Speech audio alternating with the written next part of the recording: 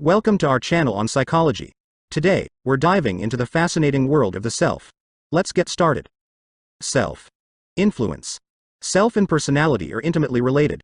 In fact, self lies at the core of personality.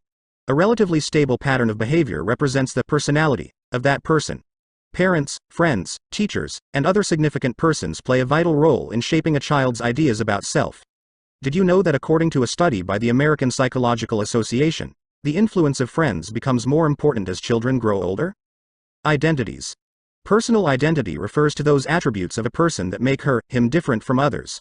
Social identity refers to those aspects of a person that link him to a social or cultural group or are derived from it. Self.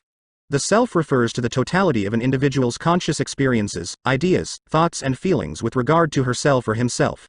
The self is described as a subject who does something.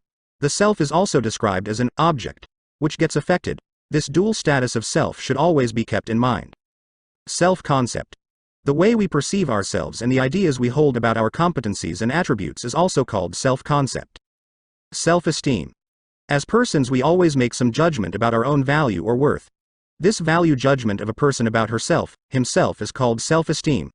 Studies indicate that by the age of 6 to 7 years, children seem to have formed self-esteem at least in 4 areas. 1. Academic competence. 2. Social competence. 3. Physical, athletic competence. And 4. Physical appearance, which become more refined with age. Self-efficacy. People's expectations of mastery or achievement and their convictions about their own effectiveness also determine the types of behavior in which they would engage, as also the amount of risk they would undertake. People with a strong sense of self-efficacy also feel less fearful. People with high self-efficacy have been found to stop smoking the moment they decide to do so. Self-regulation. Self-regulation refers to our ability to organize and monitor our own behavior, self-monitoring. Willpower, the ability to delay gratification, resisting short-term temptations in order to meet long-term goals. Learning to delay or defer the gratification of needs is called self-control. Psychological techniques of self-control. 1. Observation of own behavior. 2. Self-instruction. We often instruct ourselves to do something and behave the way we want to. 3. Self-reinforcement. This involves rewarding behaviors that have pleasant outcomes. Culture and self. The self is generally not separated from one's own group, rather both remain in a state of harmonious coexistence.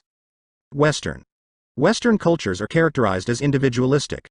Western views as the way the boundary is drawn between the self and the other. Western view, focused fully on individual self, e.g., our personal needs or goals. The Western view seems to hold clear dichotomies between self and other, man and nature, subjective and objective. Asian, Indian. Asian cultures are characterized as collectivistic.